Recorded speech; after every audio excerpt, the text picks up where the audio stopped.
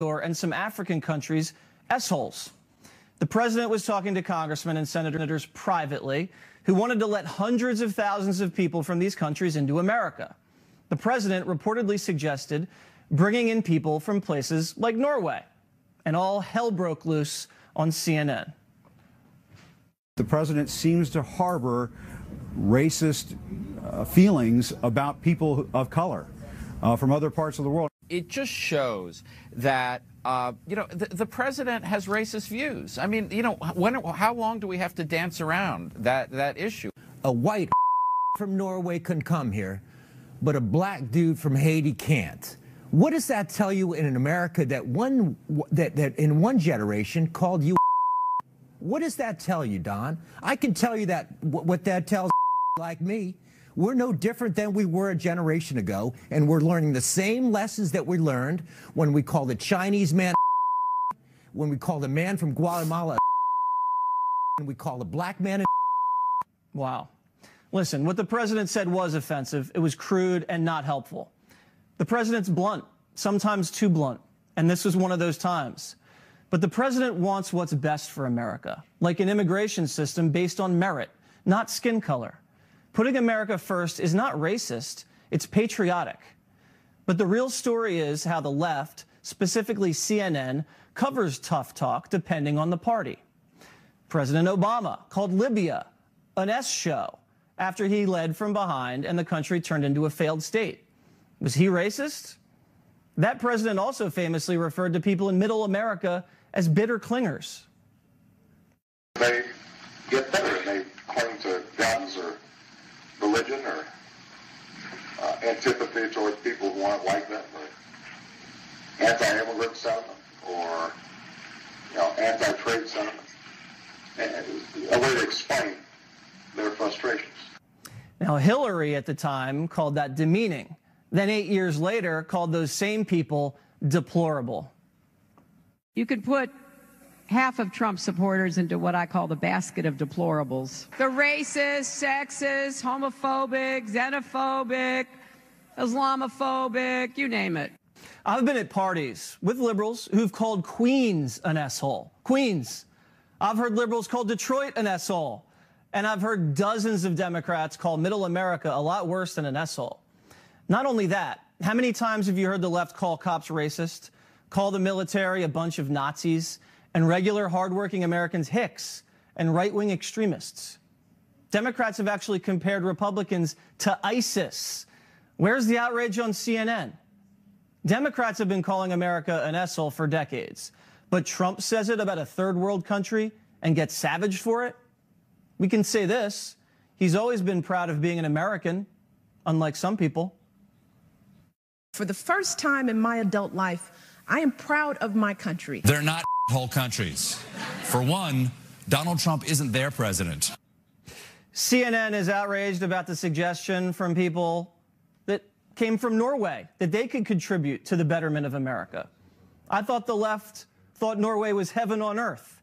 They've been telling us for years that Norway has the best healthcare system, the most peaceful people, the most refined political system. In fact, Norway was ranked the best democracy in the world.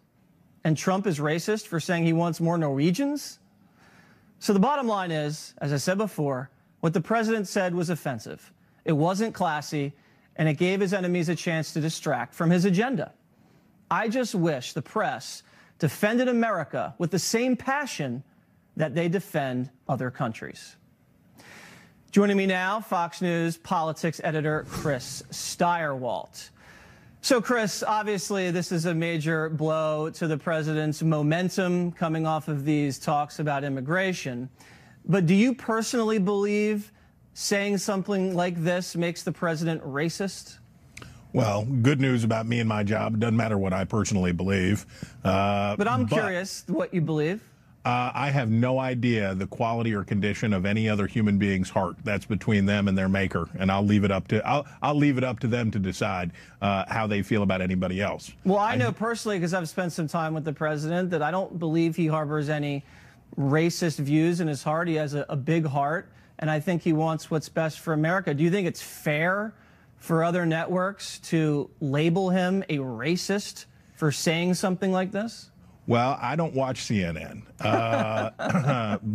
Well, I'm sorry you had to see those clips at the top then. But I will say this: Chris Wallace gave a great speech not too long ago, where he talked about the dangers of getting the press broken by Trump, and that when Trump says and does outrageous things, or even things that are inappropriate or things that are wrong, that the press uses this as license to misbehave themselves. Members of the press use this as license to misbehave themselves.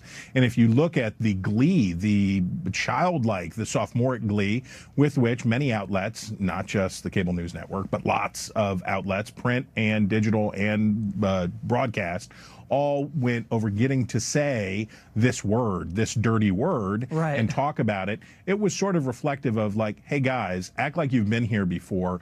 There are serious matters to talk about here. There are two serious matters to talk about here. One's on the substance of policy about whether which kinds of immigrants from which kinds of countries should the United States give preference to, right, in terms of admitting. Remember, we have to take in about 1 million permanent legal residents a year into the United States just to make up for the fact that essentially we have low birth rates in the country. Can you say that that's what the president was getting at? He was talking about bringing in people from other countries and the rationale that you use to decide on who gets to come in. Sure. He was inartful at saying that, but just because maybe you don't want to overemphasize bringing in people from impoverished nations, from nations riddled by corruption, doesn't that necessarily, it doesn't make you racist, correct? When it comes to talking about whether a person is racist or whether a person's a Christian or whether a person is this or whether a person is that, those are all matters of the condition of their heart. Those are all matters that they have to sort out.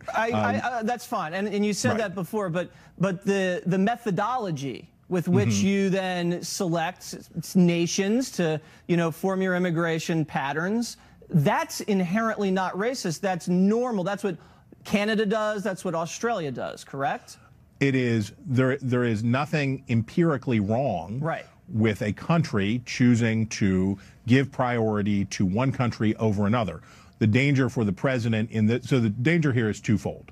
The most important and pressing danger for the president and this administration is that Dick Durbin, who was a Democrat who was in that meeting, his attitude and disposition towards this deal, and more importantly, his willingness to take heat from Democrats over working with the president to come up with a deal. This is not going to help, right? On DACA.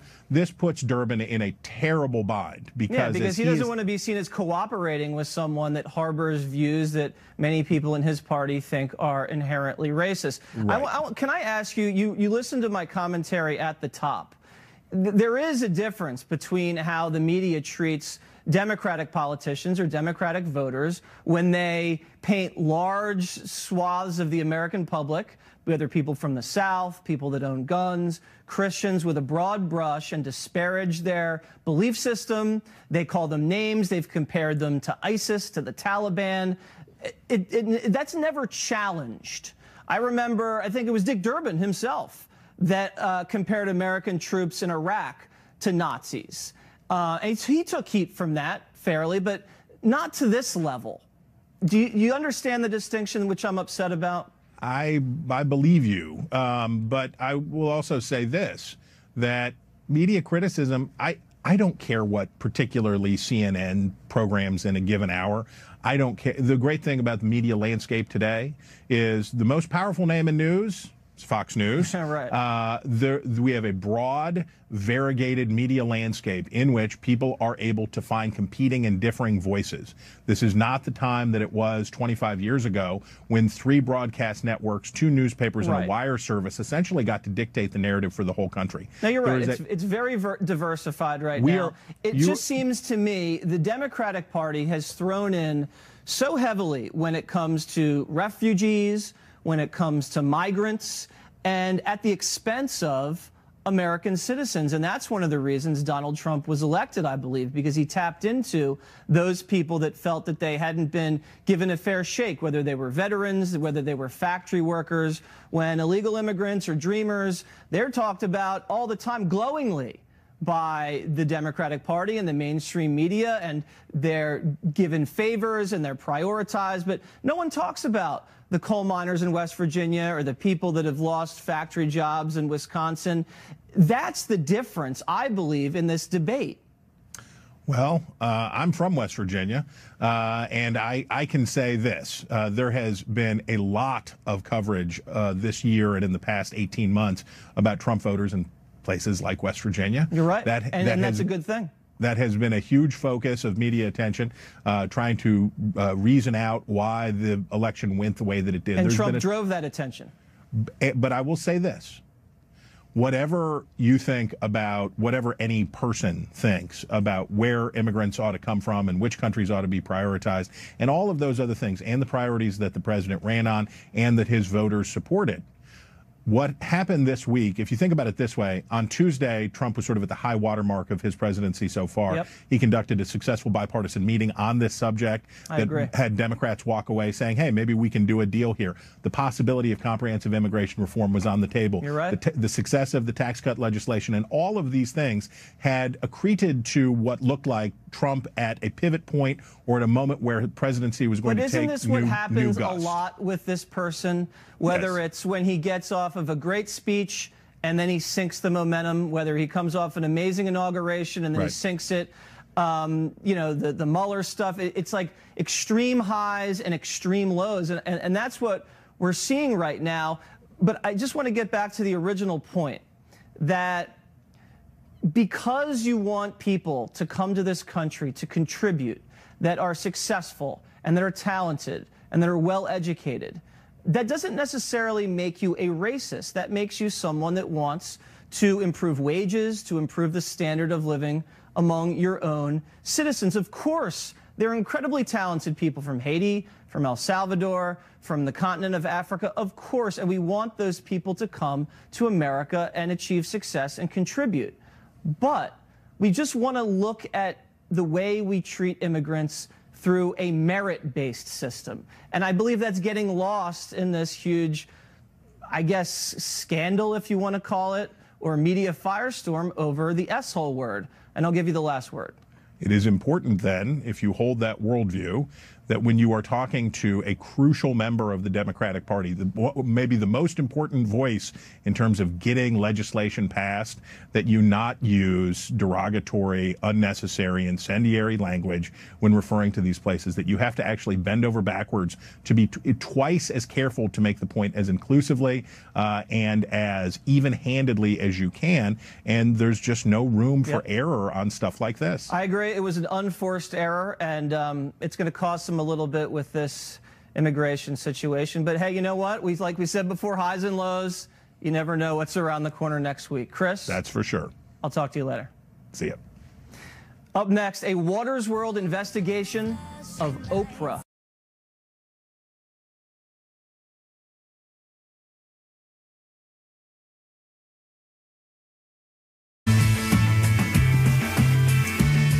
Oprah Winfrey this week burst onto the political scene when she gave a rousing speech defending the press and praising the Me Too movement. Now, the calls for President Oprah started immediately.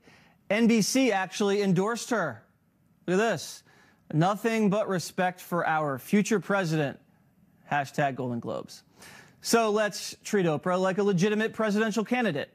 Watters World did a little investigation on her political profile. Here is what we found. Oprah's net worth is $2.8 billion, and President Trump's is $2.86 billion. Her peak viewership was 12 million viewers per show. Trump's Apprentice had about 18 million. Oprah has given large donations to the Democratic Party, as had Donald Trump, but we could not find any donations to a Republican from the talk show queen. Oprah has had a few controversies over her long and illustrious career. She refused to have Sarah Palin on her show before the 2008 election. She's hosted medical acts with shaky credentials and highly questionable results. Her all-girls school in Africa was rocked by a physical and sexual abuse scandal. Her close relationship with serial sex predator Harvey Weinstein raised some eyebrows. Even fellow celebrity Seal had this to say. Oh, I forgot. That's right. You'd heard the rumors, but you had no idea he was actually serial assaulting young starry-eyed actresses who in turn had no idea what they were getting into. My bad. Also, she was asked by the BBC in 2013 about how to deal with racism in America. Her answer, people need to die. As long as people can be judged by the color of their skin, the problem's not solved. As long as there are people who still, and there's a whole generation, I say this, I said this, for apartheid South Africa, I said this for my own, community in the South. There are still generations of people, older people, who were born and bred and marinated in it, in that prejudice and racism, and they just have to die. On policy, we don't know much. We do know she believes in gun ownership with increased background checks. She also has straddled the fence on immigration, saying we need a path to citizenship and strong law enforcement at the border. So would Oprah be a threat to President Trump? And what does this say about the state of the Democratic Party to draft their own celebrity billionaire? Here to discuss, Director of Urban Development at Turning Point USA, Candace Owens, and civil rights attorney Leo Terrell. All right, ladies first, Candace, what do you think about Oprah? Is she a threat? I think she is a pretty natural progression in the Democratic game of identification politics. I do not deem her a threat whatsoever, no. Well, she is be a self-funder. She's got very high favorability ratings. The media would love her. They'd propel her candidacy pretty aggressively. That's got to be an advantage, wouldn't you agree? Yeah, I mean, I think that was a similar advantage that Hillary had, and it didn't exactly work out for her. Well, she has a lot more charisma, Leo, than Hillary Clinton. I think we can't agree on much, you and I, Leo, but I think we can all agree that Oprah has charisma oozing out of her pores. You probably would love to see Oprah in the race, would you not? Oh, sure. You asked Candace a very straightforward question. Is she a viable candidate? Here's the answer, yes. And you failed to mention all the praise a guy named Donald Trump has laid on Oprah. He claims she's a great person. Oprah has likability. In the last 24 hours, Donald Trump doesn't have that. That is why Donald Trump fears Oprah. Oprah is well-liked. The crooked Hillary comment can't be applied to Oprah. Yes. She has associated Leo, herself I would with some say people. that she's a likable person. I would agree with that. Very but likable. Once you step into the realm of politics, your likability goes down about 20 points, and half the country hates you, Candace. So, knowing what we do know about Oprah, and you heard what I said at the top, she seems to like to straddle the issue. I don't think she's far left, but, she seems pretty mainstream. What my concern is, I don't know what her policy would be on ISIS, on North Korea, on unfair trade practices in China. Does she know enough to be president? I don't think the Democratic Party cares so much what she knows. They think about what she represents, which is simply put a distraction from the fact that the Democratic Party brought us slavery, they brought us the KKK, they brought us Jim Crow laws. It is just another guise, another ploy for them to distract voters by saying, look, it's a black woman. Don't pay attention to all of the dirt of everything that we have done to put black people down. I'm not convinced. Trump 2020 for me. Okay, that's an interesting point, Leo. Respond to that, but also respond to the fact when you do nominate a female or a minority, it definitely insulates them from a lot of criticism. And the candidate, whoever runs against that person, has to be very careful, because if you say anything that can be construed as sexist or racist, they will just get pounded. That has to be an advantage for Miss Winfrey. Excuse me, I just saw an election last year. First of all, let me address Candace's comments. See, she cannot attack Oprah, so she goes back and gives us a historical perspective about the Democrats, the KKK, and the 60s. We're not talking about that. We're talking about 2020. Now, let me be as clear as I can. Oprah is a viable threat. You know why? That TV show that you mentioned she had, that played very well in Kansas, in Oklahoma. Middle America loves Oprah, and that's Donald Trump's biggest fear. What's not being mentioned is this. Donald Trump didn't have any political experience. and Donald Trump surrounded himself allegedly with some good people. The only thing I would say to that, Leo, in terms of Donald Trump's political experience, he'd been writing and speaking publicly about policy and politics for 3 decades in New York. So I don't know if Oprah's been doing that. She's been doing a lot on cooking and on books and feeling good. But you know what? I don't want to put her down because I do agree with you, Leo. I do agree that she has a big appeal to people in Middle America, especially Oklahoma, women. Kansas. Especially women. Now, I want to get to something else first. The opposite of Middle America. This is something Chelsea Handler tweeted. Ready? Holy bleep. Okay. Bleep. I just watched the video of Trump's bipartisan meeting yesterday. Hey, Lindsey Graham, what kind of blank-sucking video do they have on you for you to be acting like this? Wouldn't coming out be more honorable? Leo, she's basically gay baiting a member of the U.S. Senate with despicable language. This can't be good for the left. I mean, this is just embarrassing to you, is it not?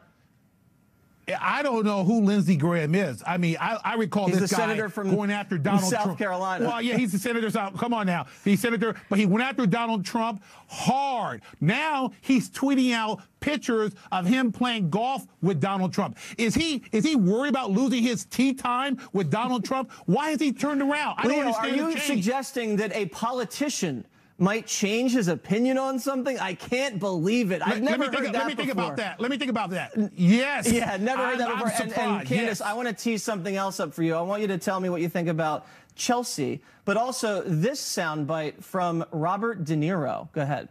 This idiot is the president. It's the emperor's new clothes. The guy is a fool. Come on. Our baby in chief has... chief, I call him. That's not going to help ticket sales. I mean, what do you think about that? Atrocious. And the left loves this. They do. And the left at this moment in time is absolutely apoplectic. I think it is embarrassing that Leo cannot admit that what Chelsea did was absolutely wrong. Any sane person can admit that what she tweeted out was wrong. It's not a surprise. We're talking about Chelsea Handler, and we're talking about Robert De Niro. We're talking about Hollywood. And that is a tool that the left uses to employ against voters, that they think, oh, this is cool. Bashing a president using this language is cool. It's absolutely unacceptable, and it is absolutely disgraceful. I will give Leo the last word against my instincts. Go ahead, Leo. Thank you very much. Very short. The boogeyman left. The left. I'm part of this monstrous, scary group. I'm afraid right now. I'm done. All right, Leo, listen, I think you guys should clean up the mess in your own house with the Weinstein stuff. You guys have no moral high ground to preach about anything anymore. So let's just nip that in the bud. Guys, I got to run. Thank you very much. All right, so Watters World's been feeling a little stressed, so we brought in a therapy llama. Up next.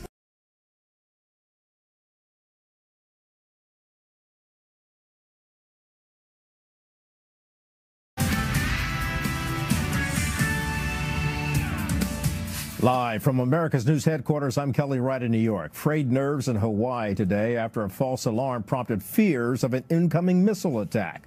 A phone alert warned more than 1 million people of an incoming ballistic threat and to seek shelter. Officials minutes later issued a clarification citing human error as the reason for the alert.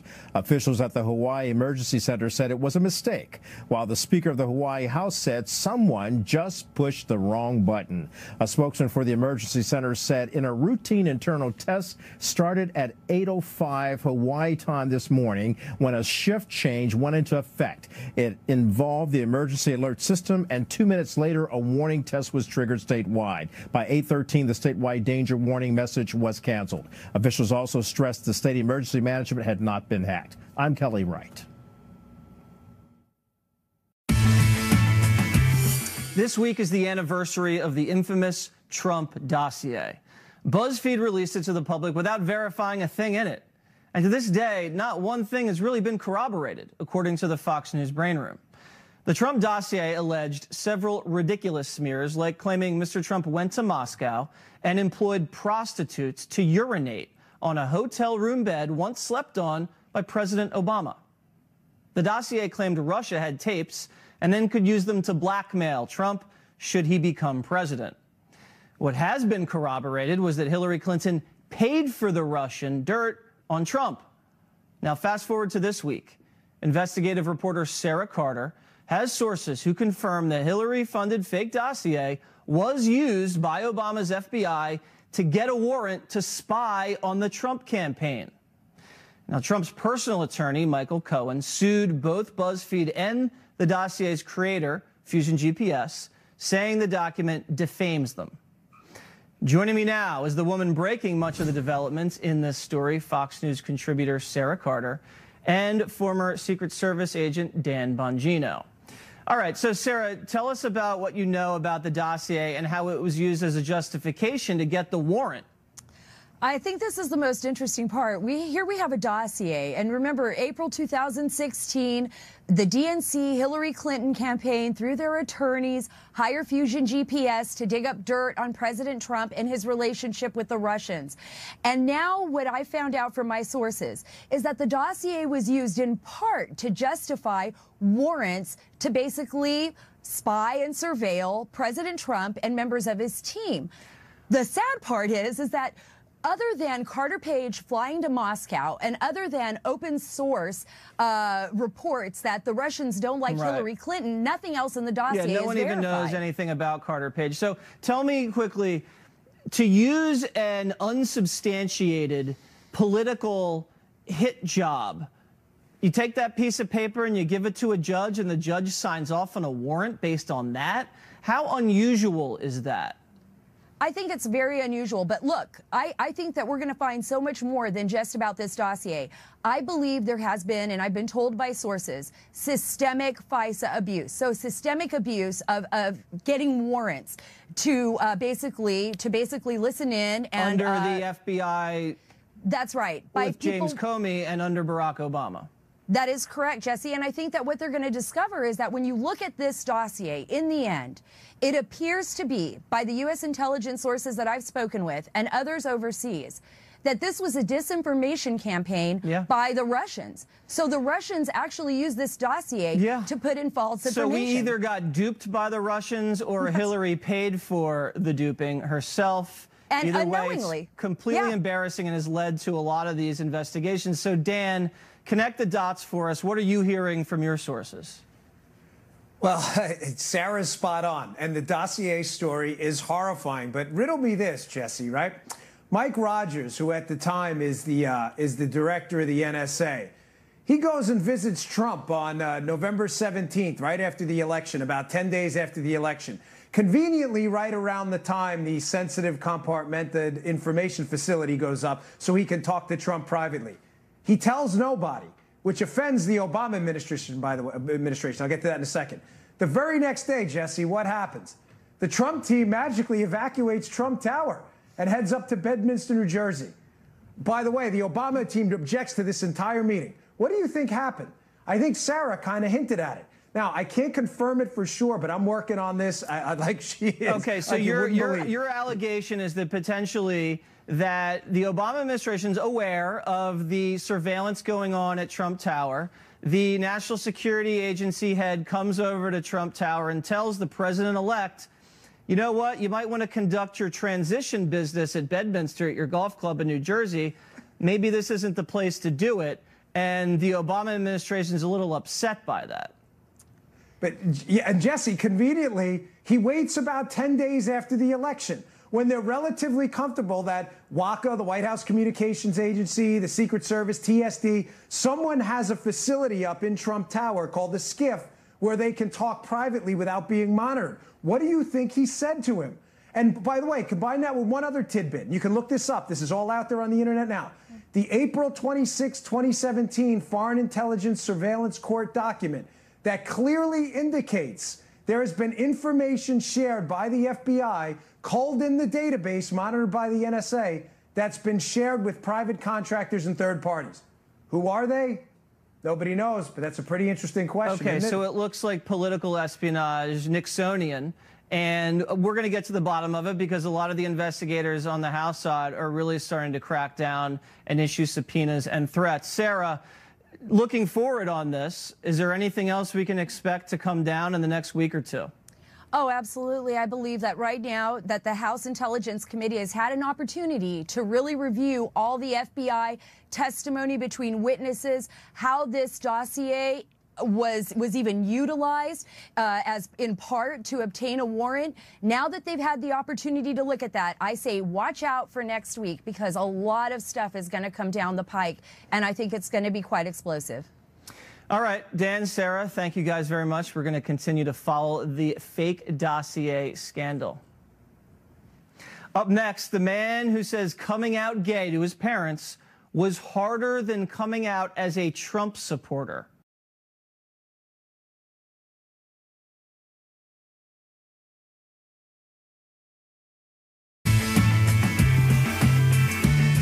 My next guest says it was easier coming out as a gay man than it was to announce his switch to the Republican Party, saying, quote, "A number of my friends no longer have time to see me. Lifelong acquaintances now regard me with fear and distrust. No, I am not a sex offender. I am something even worse than that. I am a Donald Trump supporter." Adam Levine joins me now. All right, so Adam, when you first came out as gay to your family, what was that like? How did that go? Jesse, I just wanted to say I'm a really big fan, so thanks for having me. Well, thank you very much. You have great taste, Adam. Thank you. It was not a big deal. I'm not saying it was this way for every American gay young person. My family was very liberal. They're very open-minded in many ways. And I never defined myself as a gay person or homosexual. I just came out actually from an internet cafe by email in about one line, because I was just so sick of anyone being able to use it over my head, and I wanted to move on with my life. Okay, so you come out as gay, and I assume most people in your family and your friends were accepting of that and cool with it, and it wasn't much of an issue, I assume. Could be wrong, but I assume. Yep. And then you're right. You come out as a Trump supporter, as a Republican. How did that go?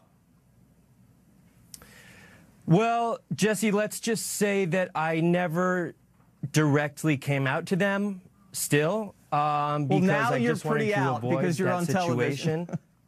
Exactly. And they found out indirectly because people would read my Facebook posts and then report to them.